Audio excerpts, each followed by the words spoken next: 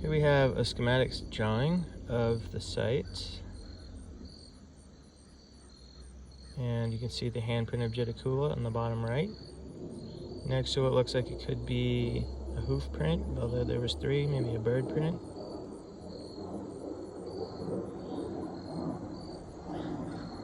There's obvious figures of people in the top left.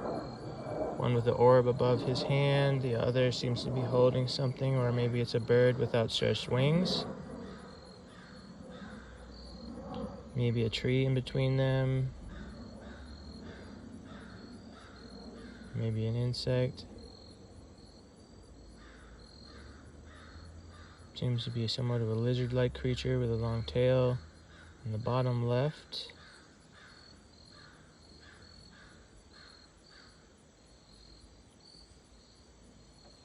some of these other drawings are hard to make out. Kind of looks like there's almost a Judaculla-like individual in the top right. There's something dangling down from his outstretched arm, facing to my right. And it almost seems like he has raised ears or horns coming up from his head. Almost reminiscent of a Pan-like character. Judaculla, perhaps. Look, this is very much like is it the sun cross, like in Celtic? Oh yeah, it looks like a sun cross with the orb around the cross. Now these dots must have some significance. We don't know what these dots mean.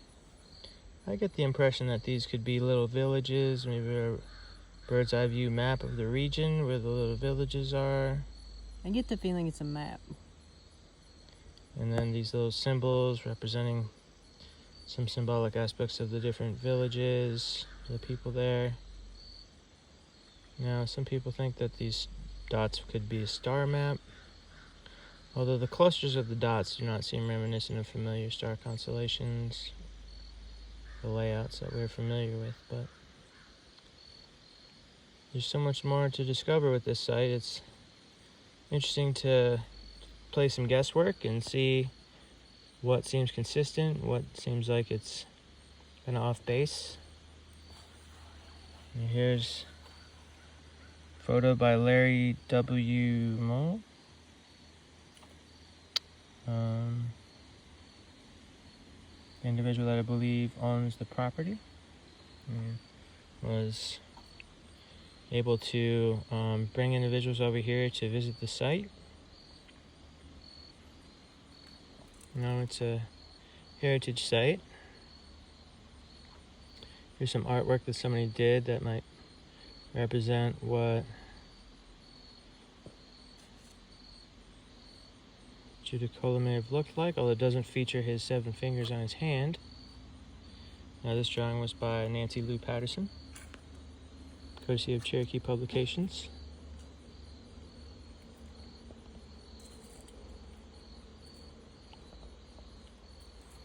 Here we have a close-up of the chalk laid into the petroglyph of the 7 fingers of his hand. There's thought. And a small thumb jutting out on the top right.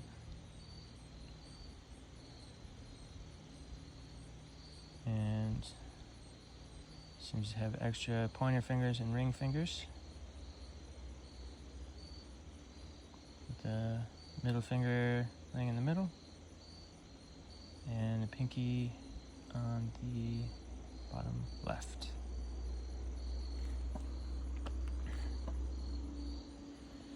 According to Cherokee legend, Judaculla was a slant-eyed giant who lived high up in the Balsam Mountains. He guarded his hunting grounds from Judaculla's judgment seat, known today as the Devil's Courthouse. The site reached from the Blue Ridge Parkway, not far from here. Once a party of disrespectful hunters came through his land, Judaculla chased them down a mountain. With a mighty leap, the angry giant landed near Caney Fork on his large boulder. Putting his hand down to steady himself, he left this mark on the rock's surface. The impression of his hand can still be seen at the tower at the lower right of the rock. Judaculla's marks have also been seen on other boulders throughout Cherokee lands, including near mother town of Kituwa, a sacred and prominent Cherokee religious center.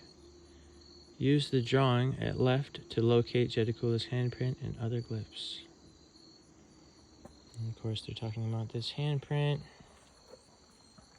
that we can notice the location of easier from this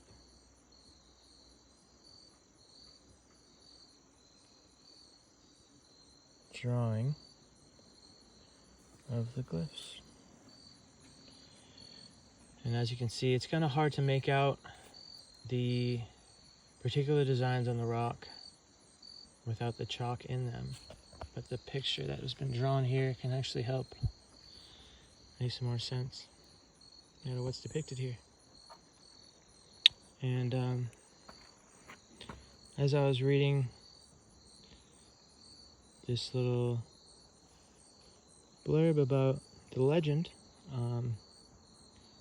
I misread the lower right of the rock as tower, which brought me to remember that Judaculla's judgment seat is also known as Judaculla's dance hall at the Devil's Courthouse, which kind of towers up above in the mountains nearby. And you can actually see a rock face up here that kind of towers up above the rock in the petroglyph. Probably has an amazing view up there. Now to the left of here, behind these trees, there's a cow field now.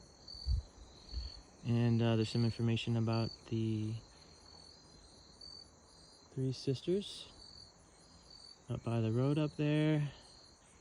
Squash, corn, and beans, which, as many know, are a legendary Native American staple. They use the squash to shade the ground and keep the moisture in the soil. The corn stalks were there to hold up the beans that climbed up them. And together they all provided a full protein. So it's amazing exploring this Native American legend and this wonderful site.